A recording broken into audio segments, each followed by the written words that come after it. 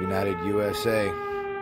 Well, I hate sharing stuff like this, but it's necessary because it needs to be exposed, and this is very important. Please like and share this video.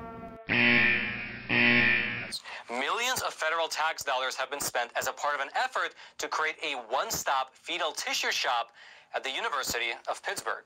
Let me just repeat that. According to these documents, which came from the Department of Health and Human Services, nearly $3 million in federal tax funding went to the University of Pittsburgh since the year 2015. And it was spent in order to create a tissue hub for human fetal tissue ranging from 6 to 42 weeks of gestation.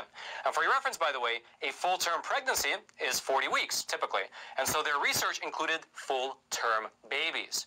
Now, Judicial Watch, which is a nonprofit watchdog group, they are the ones who actually released these documents. Here's a statement from their president on what they actually found.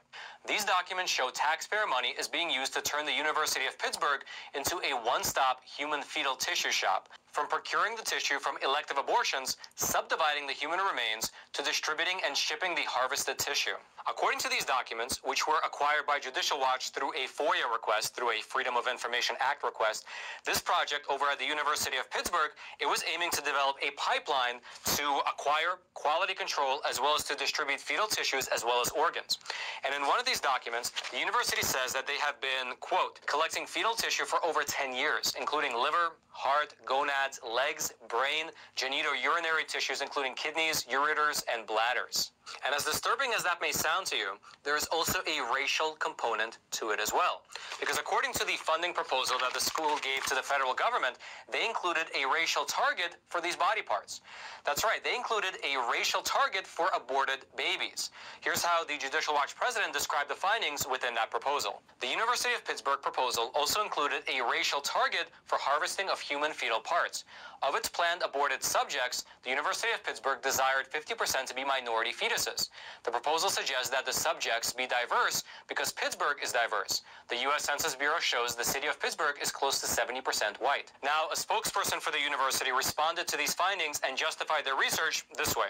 This grant-supported research is to find new therapies for diseases of the kidneys, bladder, and urinary systems, which are a leading cause of organ failure.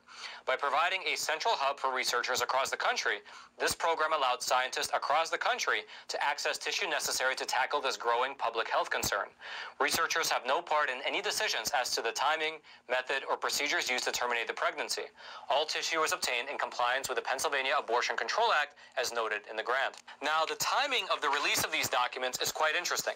They were released just a few months after Javier Becerra, who is the new Secretary of Health and Human Services, after he ended the Trump-era regulations which limited fetal research on tissue like this.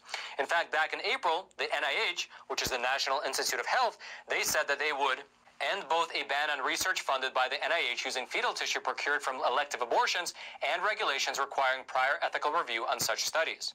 Meaning, in plain English, that research on aborted baby parts is once again now allowed, and then ethical reviews prior to such research is no longer required.